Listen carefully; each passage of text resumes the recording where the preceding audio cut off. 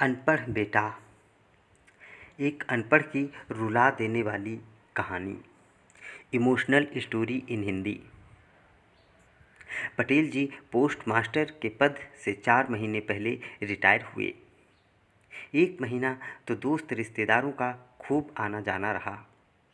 पिछले 3 महीने से तो सभी लोग पटेल जी के घर का रास्ता भूल गए। इसी बात को लेकर पटेल जी बहुत दुखी रहने लगे। आज सुबह पटेल जी ने पोस्टमैन को जाते देख उसे आवाज़ लगाई और थोड़ी देर साथ बैठने की विनती की।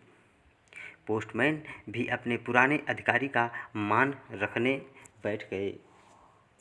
पटेल जी की पत्नी गर्मा गर्म चाय लेके आई। तीनों बातें करते हुए चाय का आनंद ले रहे थे। तभी अचानक पोस्टमैन को कुछ काम याद आया तो जाने की इजाज़त मांगी। तभी पटेल जी और उनकी पत्नी का चेहरा उतर गया। पोस्टमैन को समझते देर नहीं लगी। वो और कुछ देर पटेल जी के पास बैठे। उनके दुख का कारण पूछा तो उन्होंने सारी बात बताई।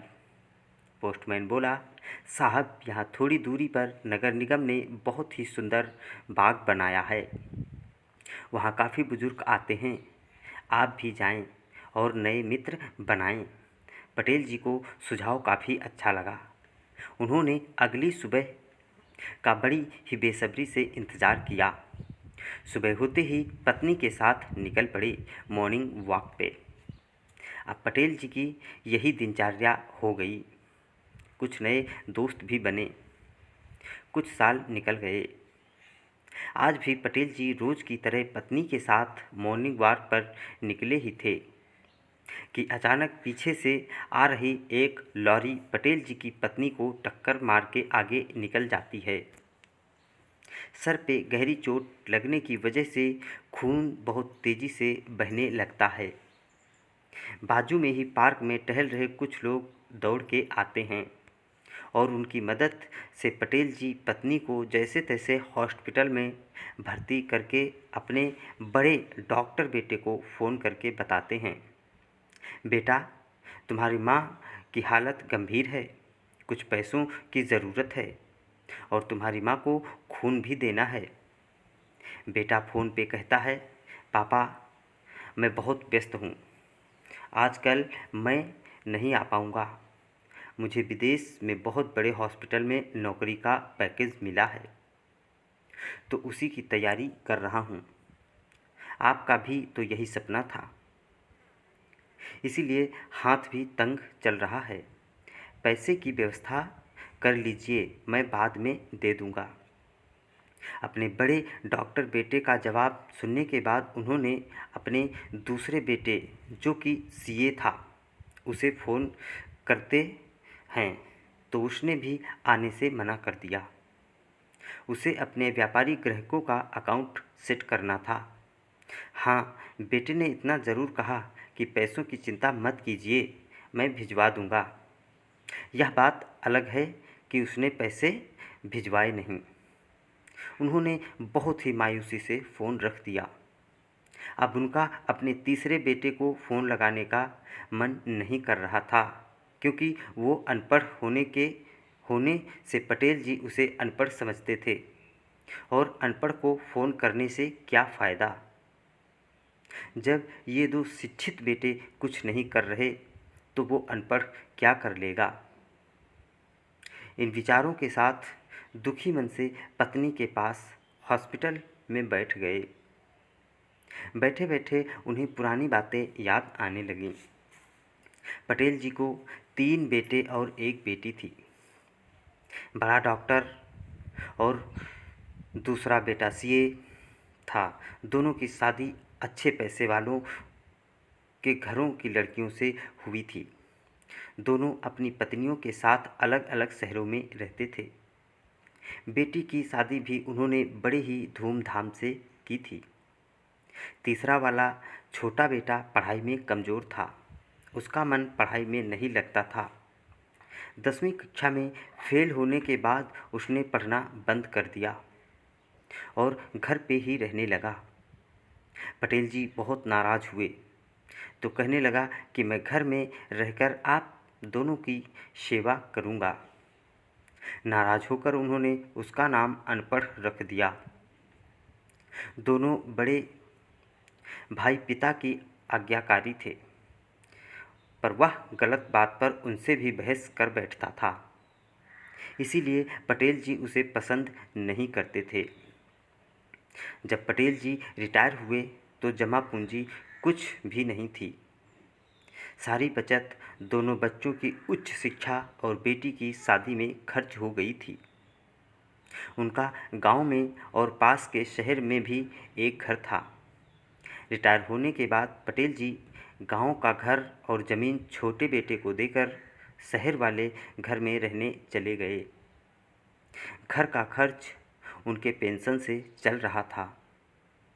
कुछ दिनों बाद पटेल जी को जब लगा कि छोटा बेटा सुधरने वाला नहीं है तो उन्होंने बंटवारा कर दिया और उसके हिस्से की ज़मीन उसे देकर उसे गांव में ही रहने दिया। हालांकि वह रहना नहीं चाहता था, पर पिता की जिद के आगे झुक गया और गांव में रहने लगा। पटेल जी कभी भी छोटे बेटे का जिक्र भी नहीं करते थे। दोनों बेटों की खूब तारीफ करते, गर्व से अपना सिर ऊंचा किया करते थे। एक दिन बाबूजी बाबूजी सुनकर ध्यान टूटा तो देखा सामने वही अनपढ़ खड़ा था। उन्होंने गुस्से से मुंह फेर लिया, पर उसने बाबूजी के पैर छुए और रोते हुए बोला, बाबूजी आपने इस अनपढ़ को क्यों नहीं बताया? खबर मिलते ही भागा आया हूँ। बाबूजी के विरोध के बावजूद उसने अपनी माँ को एक बड़े अस्पताल में भर्ती करवाया। डॉक्टर ने ब्रेन का ऑपरेशन बताया, माँ का सारा इलाज किया, दिन रात अपनी माँ की सेवा की। माँ जब पूरी तरह ठीक हुई और लगा कि अस्पताल से 1-2 दिन में छुट्टी हो जाएगी तो बेटा 2 दिनों के लिए गांव आया। 2 दिन बाद आकर अस्पताल से छुट्टी लेकर माँ बाप को घर ले आया। पटेल जी ने खर्चे के बारे में पूछा तो बताया कि वो धर्मार्थ अस्पताल था, मुफ्त में इलाज हुआ है। जब माँ पूरी तरह ठीक हो गई तो माँ बाप को शहर वाले घर में छोड़कर छोटा बेटा अपने गांव लौट आया। धीरे धीरे सब कुछ सामान्य हो गया। एक दिन यूं ही पटेल जी के मन में आया कि चलो उस नालायक की खबर ली जाए। दोनों जब गांव में पहुँचे तो घर पे ताला लगा था। पटेल जी ने सोचा कि शायद खेत में होगा। दोनों खेत पहुँचे।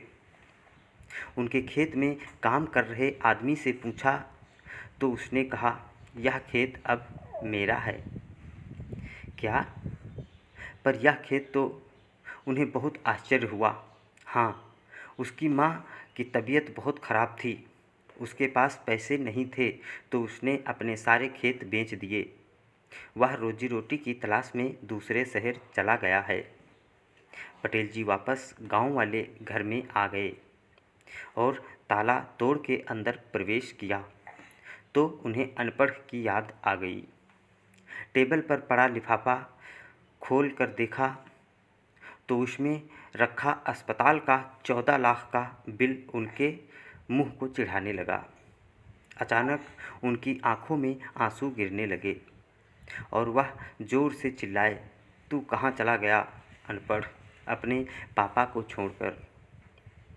एक बार वापस आ जा, फिर मैं तुझे कहीं नहीं जाने दूंगा।